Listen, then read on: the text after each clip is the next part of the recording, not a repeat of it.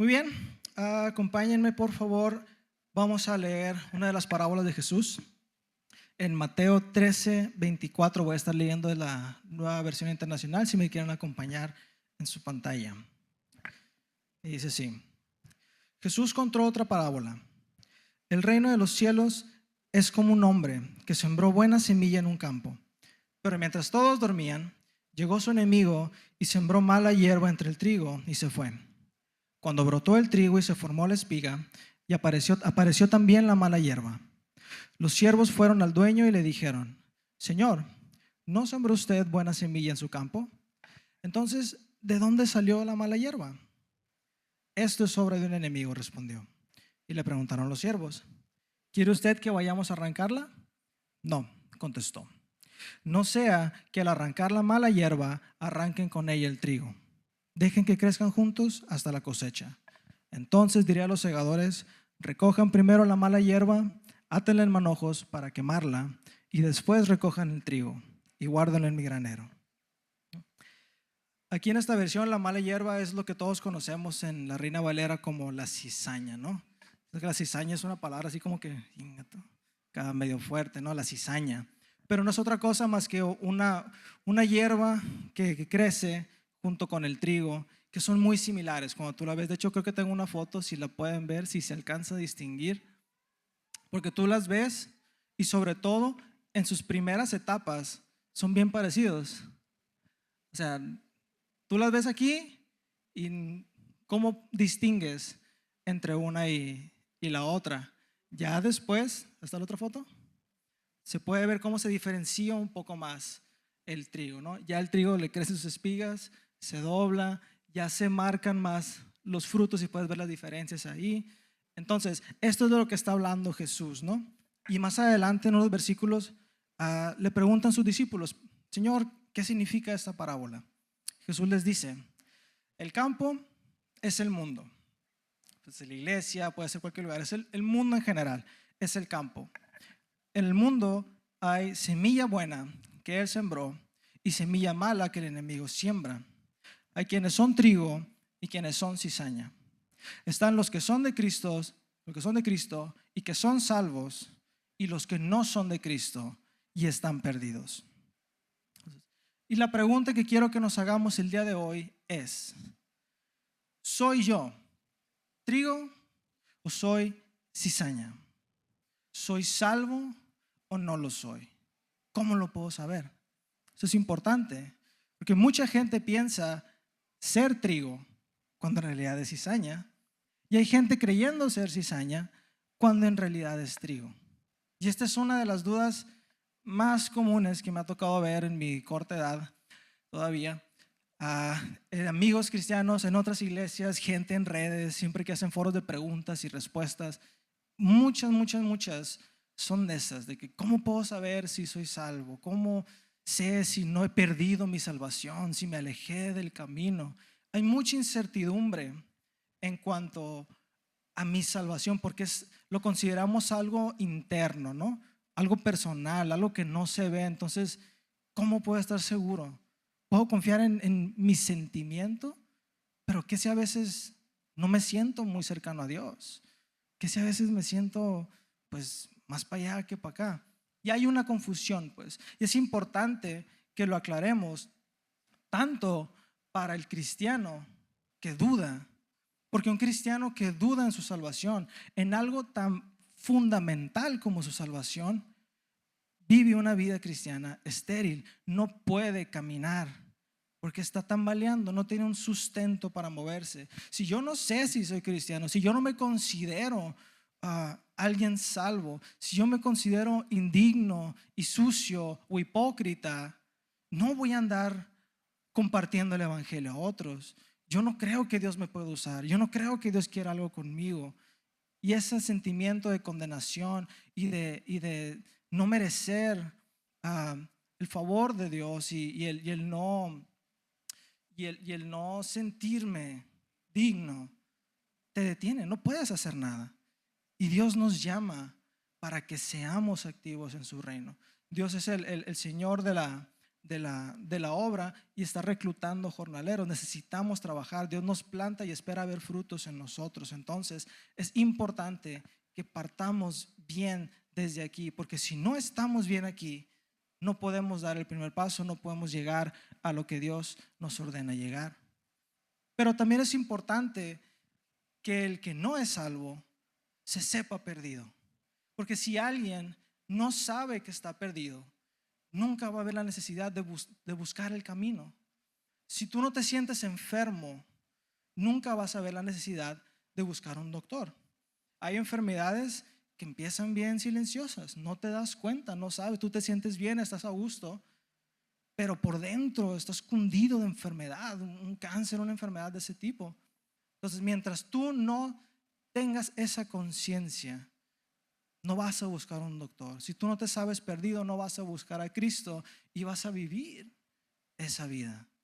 Y la intención de esto no es condenar de que nosotros los salvos y la cizaña, el trigo bueno y la cizaña mala y que se muera. No, es que si tú ves que no eres salvo, es que necesitas esa salvación y Cristo te lo ofrece el día de hoy. Entonces, todo el mundo necesita una respuesta clara a esta pregunta para que ya sea que no vivan en condenación y una vida cristiana truncada y tampoco con un falso sentido de seguridad, ¿no? Pero ¿cómo podemos saber si somos salvos o necesitamos salvación? Para poder distinguir entre el trigo y la cizaña, yo les propongo 3 cosas.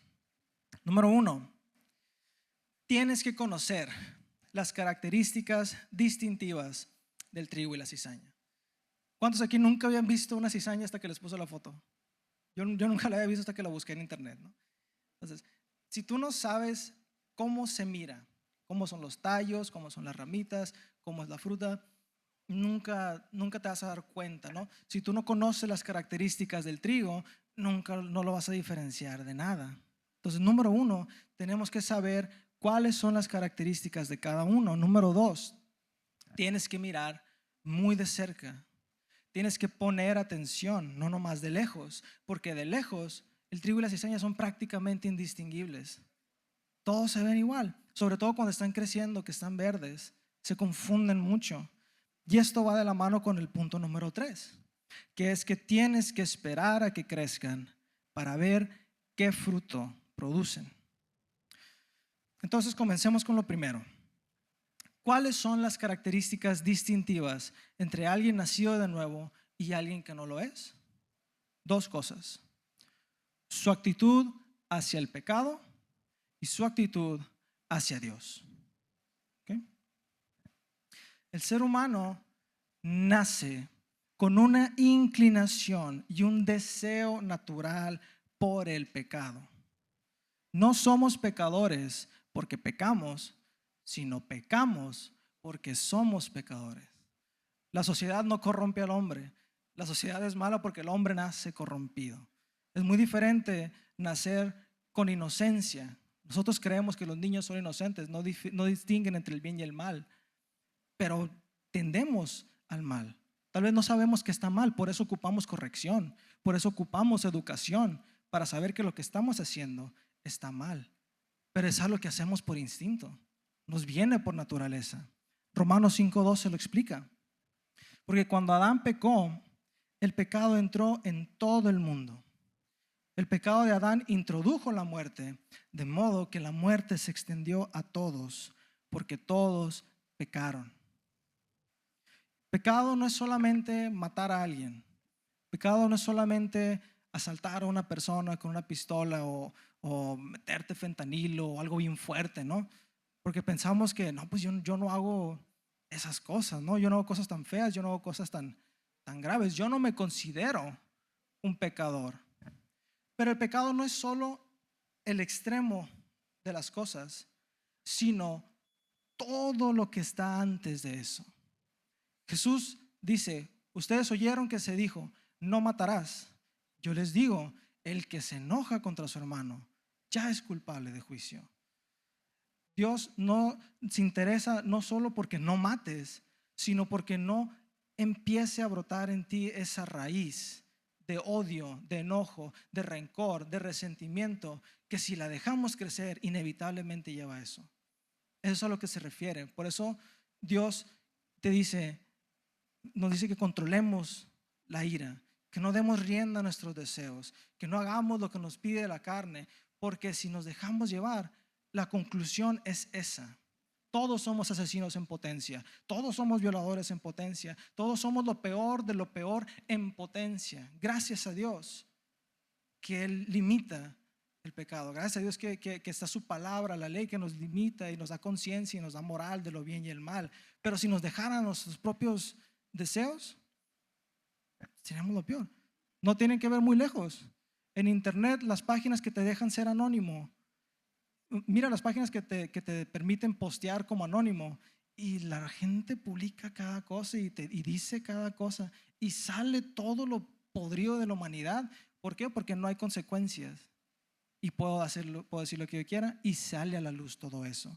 Entonces, esa es nuestra condición natural. Nosotros pensamos que ciertas cosas son buenas y Dios nos dice que son malas. Pensamos que lo que yo pienso es correcto, Dios me dice que no lo es. Y yo quiero hacer esto y Dios me dice que está mal. Bueno, yo quiero hacer esto, no es por ahí, es por acá. Yo voy. Y ese conflicto de voluntades entre lo que Dios quiere que hagamos y lo que yo quiero hacer es la raíz de nuestro conflicto con Dios. Entonces, un corazón que está dominado por el pecado, o sea, en su condición natural, gracias a Adán, es un corazón que no ama a Dios, no busca de Dios, no desea obedecer a Dios, porque Dios es todo lo contrario a lo que yo quiero. ¿Qué quiere la gente? Acepto opiniones. ¿Qué quiere la gente? Placeres. Yo quiero darme placer. Si yo quiero mirar a esta muchachita y nomás la veo y yo solo en mi mente, ¿a quién le hago daño? Dios lo dice. El que simplemente mira a una mujer con codicia ya adulteró con ella en su corazón. Entonces, ni siquiera puedes mirar, ni siquiera puedes pensar, ni siquiera puedes enojarte con tu hermano. Entonces, todo eso nos hace sentir enjaulados, porque todo lo que quiero hacer es malo. Estoy bien cansado, estoy bien estresado, quiero echarme unas cervecitas, quiero emborrachar y sacar todos mis problemas. La Biblia habla en contra de emborracharse, habla en contra de ser dominados de nuestras pasiones. Entonces, Dios para nosotros, para alguien que no es salvo, que su corazón es dominado por el pecado, es alguien que vive en una constante oposición a Dios. Podemos pensar que somos muy buenos, pero eso es porque tal vez no nos hemos visto a la luz de los estándares de Dios. Para eso dice Pablo que Dios dio la ley. Tantas reglas, tantas costumbres, tantos ritos que la gente tenía que hacer para poder presentarse delante de Dios y estar en comunión con Dios, que eran imposibles. Nadie puede guardar la ley, nadie puede hacer eso. ¿Por qué? Porque nadie puede ser perfecto y Dios demanda perfección. Gracias a Dios que hubo alguien que sí llenó todos esos requisitos, que es Cristo. Y gracias a Cristo es que su justicia, sus logros, su santidad y su estatus como hijo de Dios lo pasa a nosotros. Y Él se hace enemigo de Dios, Él se hizo pecado y Él pagó la condena que nosotros teníamos que pagar. Entonces, todo esto, ¿por qué se los digo? Porque esa es la característica de un corazón de pecado. Es opuesto a Dios, no lo busca, no le ama, no desea lo mismo que Él. Vivimos una vida de pecado simple y sencillamente porque no queremos hacer lo que Dios quiere que hagamos. Aunque no seas el peor ser humano del mundo, aunque no seas un asesino, aunque no seas un terrorista, no vives la vida que Dios quiere que vivas. Eso es vivir en pecado, porque no estás viviendo conforme a la voluntad de Dios. No estás viviendo como Él quiere que vivas, sino como tú mismo quieres vivir. Alguien que ha nacido de nuevo, que no ha nacido de nuevo, cuyo corazón y mente le pertenecen al pecado y por lo tanto no ama a Dios, no desea agradarle y no tiene intención de buscarlo, porque para él Dios está mal y yo estoy bien. Dios me estorba, no lo quiero en mi vida. Dios me molesta, quiero estar lo más lejos de Él posible. Si no te gusta venir a la iglesia, hermano, si no disfrutas aprender de Dios, si no estás de acuerdo con lo que lees en la Biblia, si sufres porque no puedes pecar a gusto y estás buscando maneras de justificar tu vida de pecado y cómo puedo meter aquí, cómo lo puedo justificar de alguna manera, hermano, perdóname que te lo diga, pero no eres cristiano. No has nacido de nuevo, porque tu corazón está dominado por el pecado y no por el Espíritu Santo. Por eso todo lo que deseas es carne, soy yo, es deseo, es placer y no lo que Dios busca. Romanos 8:5.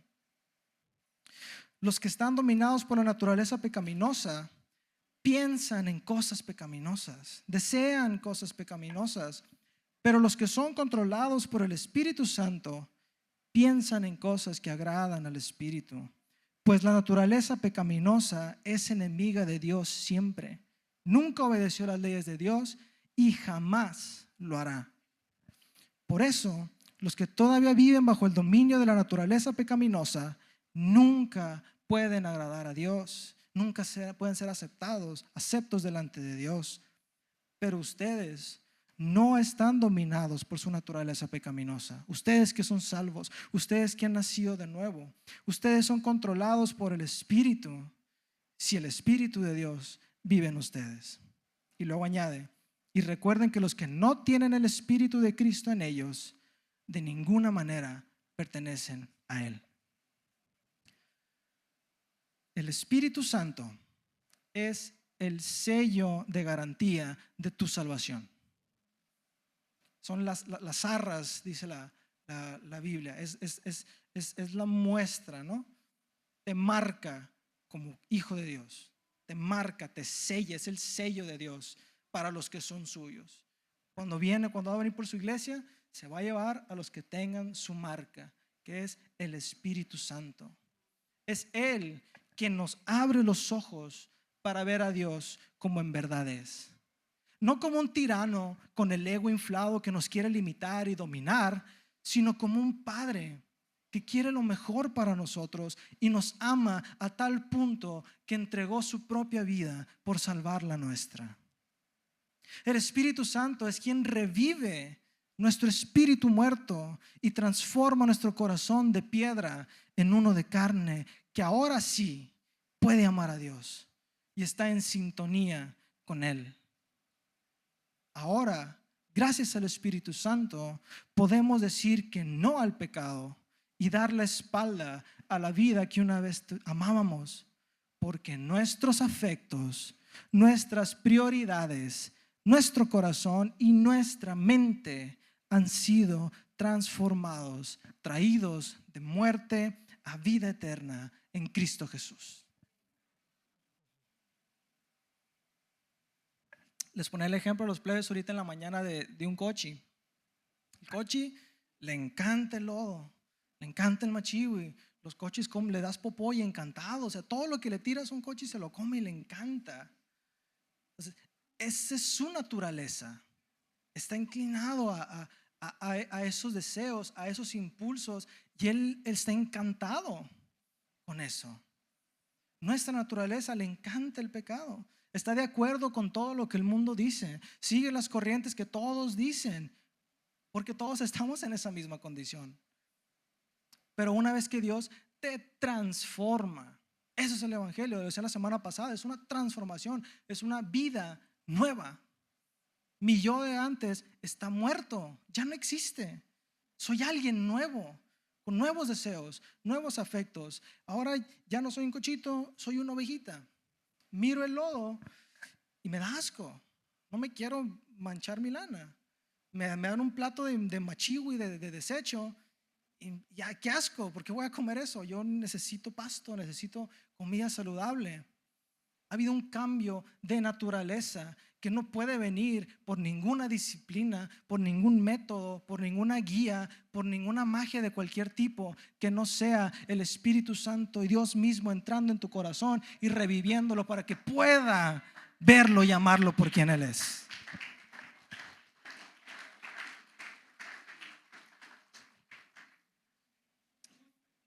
Alguien que ha nacido de nuevo ya no busca el pecado. Ahora vive buscando a Dios. Ahora desea lo que Dios desea y odia lo que Dios odia. El pecado que antes tanto amaba, ahora lo aborrece y ama al Dios que tanto aborrecía. La Biblia dice, ustedes eran aborrecedores de Dios. Pablo era aborrecedor de Dios, odiaba a la iglesia. Dedicó su vida a encarcelarlos y matarlos y juzgarlos para detener esta herejía, hasta que se encontró con Cristo y se convirtió en el apóstol que ahora conocemos. Hermano, si tú amas a Dios, no que te guste venir a la iglesia, no que disfrutes y sientas bonito en la alabanza, o haya versículos que te edifiquen y se te hagan bonitos, o te guste la música cristiana. No. Si tú tienes un afecto y una devoción hacia la persona de Cristo, no hacia la vida de iglesia y todo lo que gira alrededor de esto. Si no hubiera iglesia, si no hubiera alabanza, si no hubiera templo, si no hubiera aire acondicionado, si tu amor y afecto está en Él, no en otra cosa, hermano, tú eres salvo. No hay vuelta de hoja, no lo dudes. Porque el corazón pecador del hombre no puede amar a Dios. No puede amar a Dios. Hay gente que dice, sí, Jesús fue un gran personaje, fue un hombre muy sabio. Sí, reconocen la obra de la iglesia cristiana a lo largo de la historia, valoran la moral, valoran cosas que provienen de la palabra, pero no hay amor. No hay un amor hacia esa persona. Ese es el factor distinguible entre un corazón que tiene Cristo y uno que no.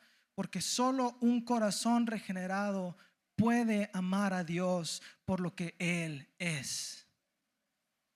Muchas veces en la iglesia queremos cambiar a Dios y ajustar a Dios para que sea atractivo para la gente, para que la gente le guste Dios. Pero ese Dios del que la gente se enamora no es el Dios de la Biblia.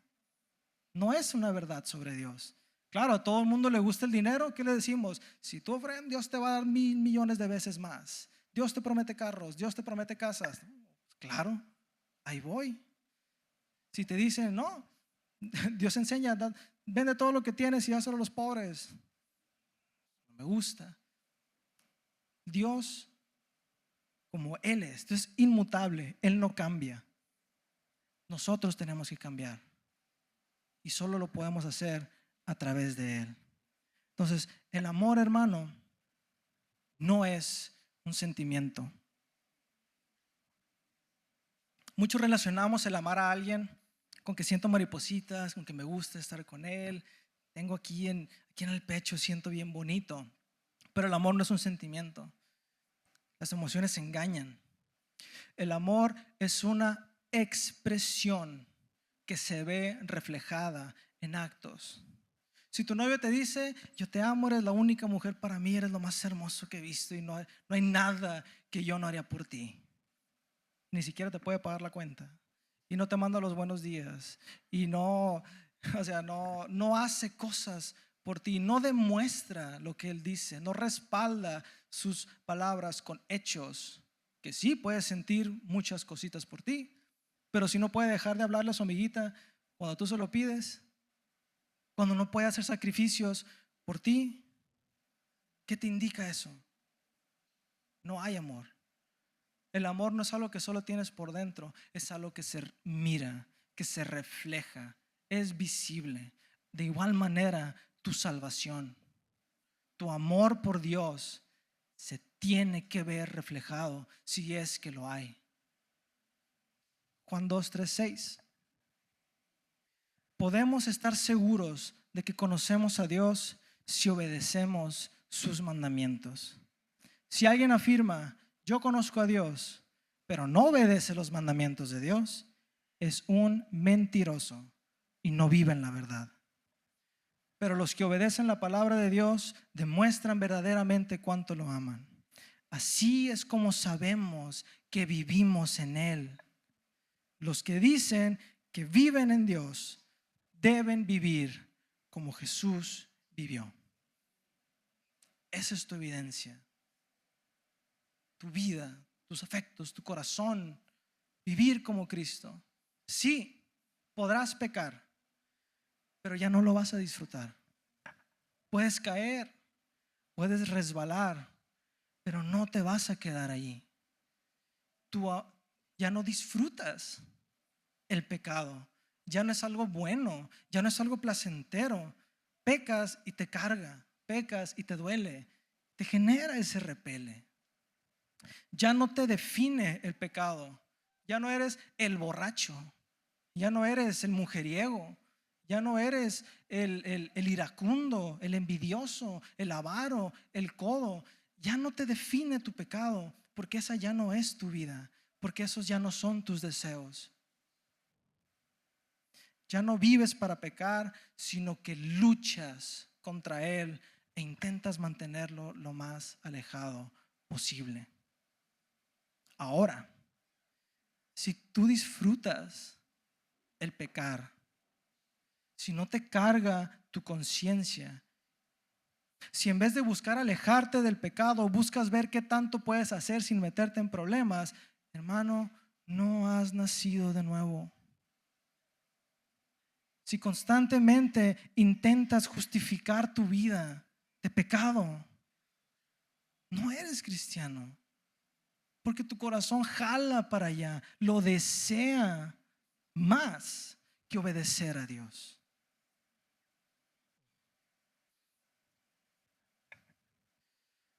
Si no deseas lo que Dios desea, si amas el pecado que Dios tanto odia, y por eso no vives la vida que Dios te pide vivir, y si no vives como Cristo, no eres de Cristo.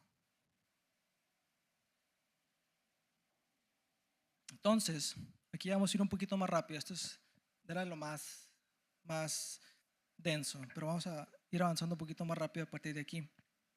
Entonces, el primer indicador para saber si somos salvos o no, lo vemos en nuestro afecto hacia Dios y hacia el pecado.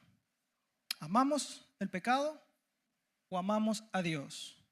¿Deseamos hacer nuestra voluntad, lo que yo quiero o lo que Él quiere? Esas son las preguntas que te tienes que hacer. El segundo paso para distinguir entre el trigo y la cizaña es no dejarse llevar por las apariencias. Porque de lejos fácilmente los podemos confundir.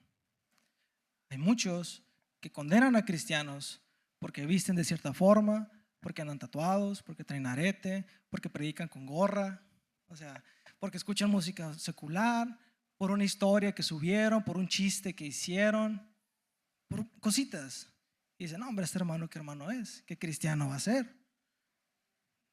No sabemos. No te basta un vistazo para hacer un juicio de ese tipo.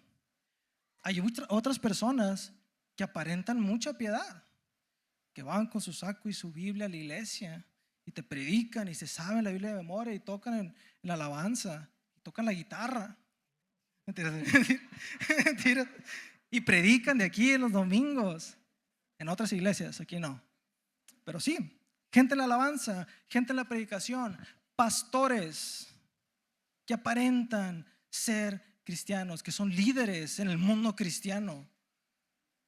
Pero si miras sus vidas con atención, te darás cuenta de su hipocresía y su falsedad. De lejos no podemos saber quién es cristiano.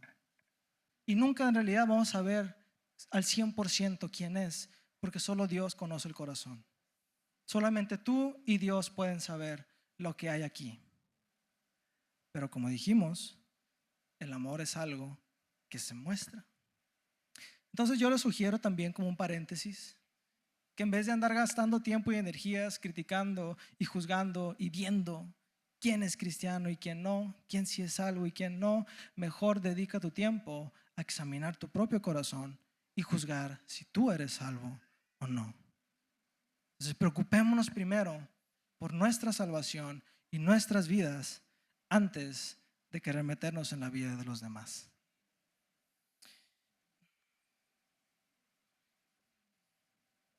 Ahora, la clave aquí es que estamos hablando de lo que se ve a primera vista, de la superficie, la fachada. Si miras de lejos, si solo echas un vistazo, no vas a poder diferenciar entre el trigo y la cizaña. Pero cuando te detienes un segundo y te acercas a ver, y obviamente si conoces lo que acabamos de decir, las características que los distinguen, vas a notar la diferencia. A la gente le encanta decir, solo Dios puede juzgarme. Tú no conoces mi vida, no conoces mi historia. Es cierto. Pero tu familia sí conoce tu historia. Tus amigos cercanos conocen tu historia. Ellos te pueden juzgar porque ellos te conocen. Ellos saben cómo vives. Ustedes me ven aquí el domingo, no saben cómo soy en mi casa. No le pregunten a mi mujer. O sea, no sabemos. Caras vemos, corazones no sabemos. Así es. O sea, no sabemos, pero la gente más cercana a ti, o simplemente con conocer a alguien, puedes ver eso, porque es externo. Mencioné al principio que el punto número 2 está íntimamente relacionado con el punto 3, porque aunque de lejos no podemos distinguir el trigo y la cizaña, cuando nos acercamos, ¿qué es lo que puedes ver? El fruto, la semilla. Tú sabes cómo es una semilla de trigo y puedes dividir, puedes separar entre una y otro. Porque lo que eres por dentro se expresa por fuera. Si en tu corazón eres un pecador, tu vida va a reflejar pecado. Si en tu corazón reina el pecado, en otras palabras, reinas tú, tu vida va a reflejar una vida que gira en torno a ti, a tu beneficio, a tu placer, a tus planes, a lo que tú quieres hacer, y no a una vida que Cristo nos ordena, que Dios nos manda. Y por otra parte, si en tu corazón vive Cristo, la gente va a ver a Cristo en ti. Es inevitable, es lo natural, no se puede fingir. Tú no puedes fingir una vida de Cristo. Mateo 7:16, Jesús hablando de los falsos maestros y los falsos profetas, gente que todos piensan que son cristianos y ministros de Dios y todo eso. Él dice, por sus frutos los conocerán. Vas a saber si alguien es de Dios o no por sus frutos. ¿Qué produce? ¿Qué produce él? Porque lo que produce es el reflejo de lo que tú eres. ¿Acaso se recogen uvas de los espinos o higos de los cardos? Del mismo modo, todo árbol bueno da fruto bueno, pero el árbol malo da fruto malo. Un árbol bueno no puede dar fruto malo, y un árbol malo no puede dar fruto bueno. Todo árbol que no da buen fruto se corta y se arroja al fuego. Así que por sus frutos los conocerán. ¿Cómo sabes que el árbol de aquí afuera es un mango? Porque tiene mangos, ¿no? Si yo llegara y te dijera, es que hay un manzano aquí atrás, bien rico, de que te sacarás de onda. Y no, es un manzano y de aquí tengo certificado y todo. Es un manzano. Te me quedas viendo y viendo los mangos ahí colgando. Por más que yo te diga, por más evidencias que yo te quiera enseñar, si tú estás viendo un mango, si tú estás viendo un coco, sabes qué planta es, qué árbol es. No importa lo que yo te diga, porque no puede ir en contra de la naturaleza. Los mangos dan mangos, las palmas dan cocos, manzano, manzanos, naranjas, naranjas. No podemos engañarnos, no nos engañemos a nosotros mismos. Un cristiano nacido de nuevo no puede vivir como un inconverso. No que no debe, no puede vivir como un inconverso. Y un inconverso, por más que quiera, no puede vivir como cristiano. Punto. No hay una área gris. Es blanco y es negro. Es imposible ser trigo y vivir como cizaña y viceversa. Es imposible que este mango de manzanas. Cristo lo dijo. La salvación no se puede fingir y no se puede ocultar. Un árbol no se esfuerza por dar frutos. No andas sufriendo y batallando y metiéndose a cursos o haciendo no sé qué cosas para poder dar frutos. Es algo que viene solo. Naturalmente produce. ¿Y cómo puedo saber qué frutos estoy dando?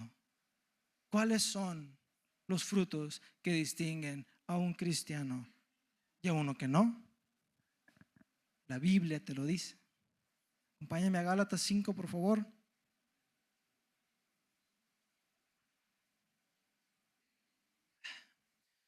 Las obras de la carne se conocen bien. Ustedes saben qué cosas son pecado. Le está diciendo Pablo. Es sabido qué cosas no son de Dios, qué cosas no le agradan a Dios. Pero de todas maneras, ahí les voy una lista.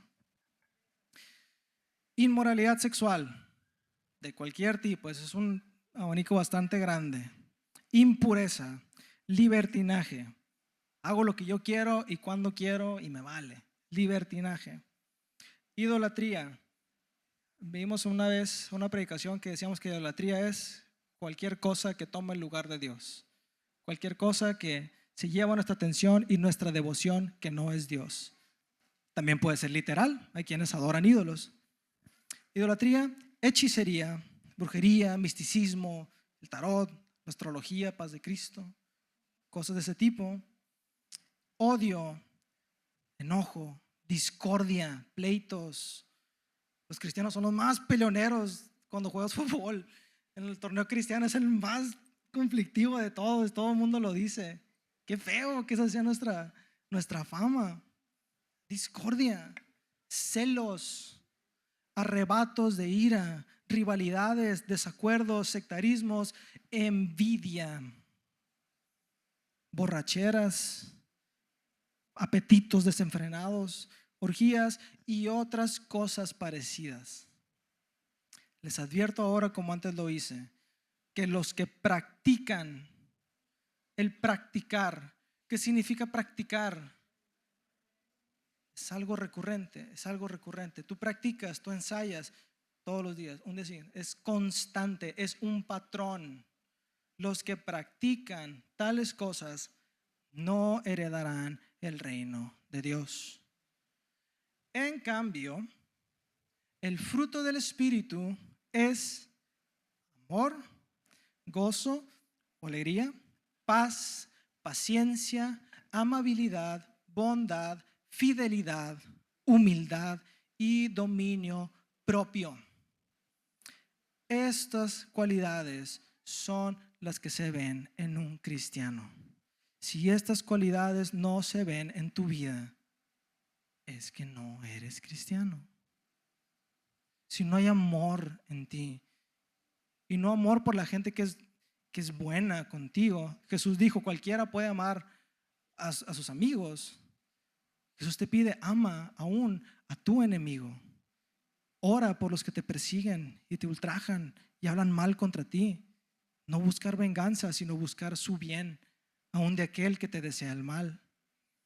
La paz que sobrepasa todo entendimiento hay culiacanazo, hay balacera, escándalo y pánico y me voy a morir. O vives tranquilo en medio de la tormenta porque tú sabes que estás en las manos de Dios y que nadie te puede arrebatar de ahí. La paciencia, el saber esperar, el no andar desesperado y tomando decisiones que Dios no nos ha dicho tomar. La amabilidad. Conozco muchos hermanos en mi vida que eran bien gachos. Tenían unas actitudes bien feas que me daban miedo hablarles.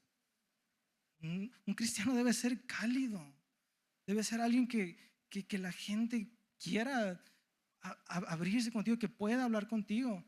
A Jesús se le acercaban los niños con él.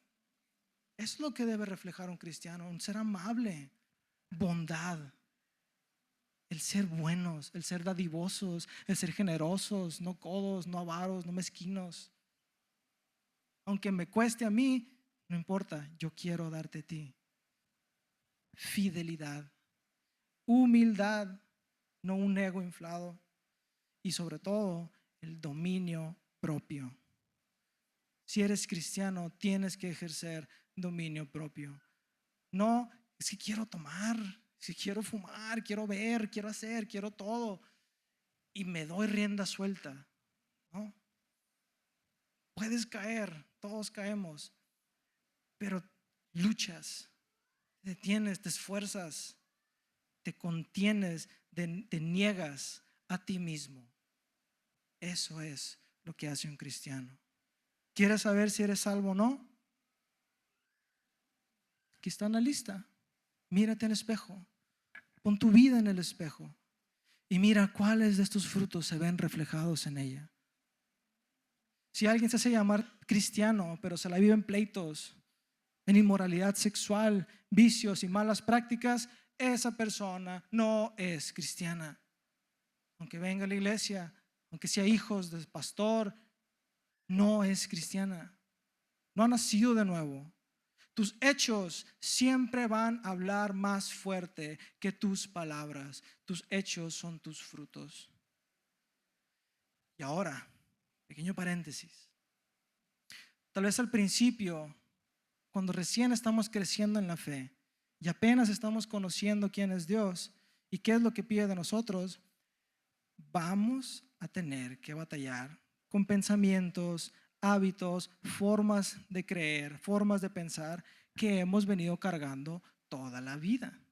Toda mi vida he sido así y ahora estoy en otro lado. Entonces, poco a poco, todo eso lo tenemos que ir desechando. Al principio, puede que todavía batalles con muchas cosas, pero tienes que seguir caminando. En tu caminar, tienes que ir quitándote todo eso. Si de verdad ya no te gusta el pecado, tu vida de pecado va a quedar atrás. Si de verdad quieres agradar a Dios, todos tus pensamientos y planes egoístas van a quedar atrás y te vas a ir quitando de todo eso y vas a ir caminando hacia lo que Dios quiere. Eso es la santificación. Y hay muchos que dicen, no, este hermano, ¿qué cristiano va a ser?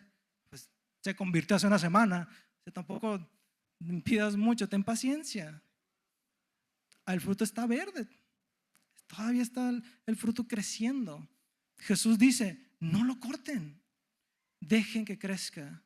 Y cuando den fruto, ahí sí, vamos a separarlos, pero dejen que crezca. Pero si tienes 10 años en la iglesia y todavía vas todos los fines de semana a emborracharte, si todavía vives en un hábito de pecado, si eres igual ahorita que hace 3 años, hace 1 año, y no has crecido en tu conocimiento y en tu reflejar de Cristo, preocúpate. Tal vez ahorita estás produciendo frutos, pero son verdes, son chiquitos. Pero a pesar de eso, aunque estén chiquitos, es más que suficiente. No ocupa ahorita verse, wow, y es el mayor cristiano del mundo. No, con el tiempo vas a ir mejorando, con el tiempo va a ser más notorio. Pero si nunca llegas ahí, si te quedas donde estás, hay mucho cristiano que no voy a decir que no es salvo, tal vez sí eres salvo, pero sigues produciendo frutos verdes, sigues siendo débil en tu fe. Y un árbol que no produce fruto bueno no sirve. Dios te plantó para recibir de ti tu fruto. Jesús cuando pasó y la higuera estaba seca, era tiempo de tener frutos, no tenía frutos, la maldijo y se secó. Dios espera fruto de nosotros. No podemos estar 10 años, 15 años, 20 años siendo los mismos que cuando recién nos convertimos. Pablo dice que habrá quienes lleguen al cielo como los que apenas se salvaron del fuego, dicen, así de panzazo. Pero ¿cómo te vas a parar delante de Dios ese día? Delante de todas las huestes celestiales, de los apóstoles y los grandes cristianos que vinieron antes de ti, y tú todo chico, todo verde. ¡Qué decepción! Necesitas ser un adulto para trabajar. No servimos a Dios si somos niños espirituales. Tenemos que crecer. El Señor nos llamará a cuentas de nuestro crecimiento y nuestro trabajo por su reino. Termino con esto. 2 Corintios 2:13.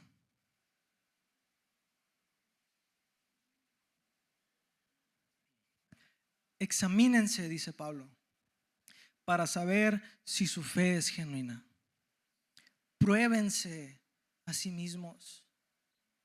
Sin duda, saben que Jesucristo está entre ustedes. Aquí están las señales. Son más que evidentes. No es ambiguo. No es algo gris. Es claro como el día y la noche. Pero métele cabeza. Mírate bien. Echa un buen vistazo. Sin duda saben que Cristo está entre ustedes. De no ser así, ustedes han reprobado el examen de la fe genuina. Jesús dijo: el que no guarda mis mandamientos solo se engaña a sí mismo. Estoy parafraseando bien feo, pero algo así dice Santiago. El que no practica mis mandamientos de Dios solamente se está engañando a sí mismo. Aunque vengas a la iglesia, aunque sigas toda la liturgia, si tu vida no refleja los frutos, si no eres como Cristo, te estás engañando. Y eso es muy peligroso. El creerte sano cuando estás enfermo. Entonces echemos un vistazo al día de hoy. Ya tienes aquí una lista, ya tienes aquí un método de diagnóstico para saberlo. Pregúntate: ¿soy salvo o no soy salvo? Y sobre todo y más importante, ¿qué voy a hacer al respecto? Porque llegará el día de la cosecha. Ahorita Dios está dejando que crezca, está dando tiempo de gracia, pero un día esa gracia se va a terminar. Y cuando llegue la cosecha, el trigo será llevado al granero y la cizaña será echada al fuego. Ahí ya no hay segundas oportunidades. Ahí ya no hay esperanza.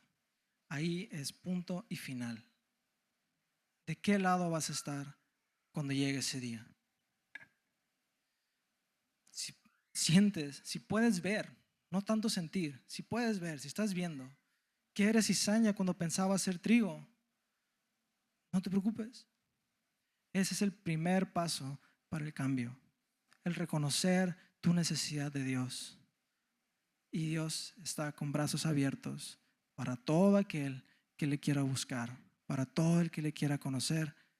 Dios está con brazos abiertos. Si tú quieres, si tú sientes el llamado de Dios, síguelo. Acércate a nosotros, te ayudamos, te aconsejamos, pero sigue la voz de Dios que te llama. Dios no arranca la cizaña de inmediato. Dios es paciente, porque Dios no se complace en la muerte del injusto, sino que quiere que se arrepienta de sus caminos, dice la Biblia. Y por último, si en tu corazón, hermano, amas a Dios y quieres agradarle, está bien si batallas, pero tu deseo es agradarle. Si sientes dolor y desprecio por tus pecados, no lo dudes más. Tú eres salvo. Si batallas con el pecado, la Biblia te enseña cómo luchar. Lo puedes vencer, lo tienes que vencer. Tienes que crecer y romper esos obstáculos. Pero si tú quieres, si es tu deseo, no lo dudes. Tú eres salvo. Y sobre todo, y más importante, la salvación que Dios nos da, nada ni nadie te la puede quitar. Mis ovejas oyen mi voz, yo las conozco y ellas me siguen. Yo les doy vida eterna y nunca perecerán, ni nadie podrá arrebatármelas de la mano. Mi Padre me las ha dado y Él es más grande que todos, y de la mano del Padre nadie los puede arrebatar. Por lo cual estoy seguro que ni la muerte, ni la vida, ni ángeles, ni principados, ni potestades, ni lo presente, ni lo porvenir, ni lo alto, ni lo profundo, ni ninguna otra cosa creada nos podrá separar del amor de Dios que es en Cristo Jesús, Señor nuestro.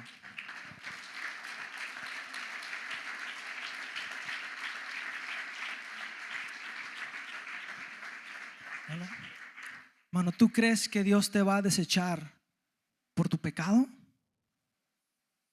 Si Dios nos salvó cuando no lo buscábamos, cuando no lo amábamos, cuando éramos lo peor de lo peor, ¿tú crees que Dios ahorita te va a desechar por ese pecado con el que estás luchando? Tú ya estás dentro. No dejes que el diablo te engañe. Camina firme en tu salvación. No te quedes donde estás. Crece, aprende, madura, pero no dudes del amor de Dios. Si tú le correspondes, no dudes de tu salvación. Vivamos con esa conciencia que nos fortalece. Hay quienes resbalan, hay quienes se van. La oveja perdida y el hijo pródigo no son parábolas para aquellos que nunca han escuchado el evangelio. El hijo pródigo era hijo del Señor, del dueño, del amo. La oveja perdida era miembro del rebaño. Se fue, se perdió. Yo tengo amigos que están lejos de Cristo, pero yo confío en su fidelidad. El hijo pródigo se metió en lo peor de lo peor y se acordó un día: yo tengo un padre, yo soy hijo, yo no pertenezco aquí, mi corazón no está en este mundo. Y eventualmente regresó, porque el Espíritu Santo nunca te deja y te trae con lazos de amor. Entonces, hermano, que esa fe y esa certeza en quién Dios es y el regalo que es su salvación nos fortalezca, nos avive y nos anime a caminar con certeza y firmeza para su gloria. Amén. Dios los bendiga.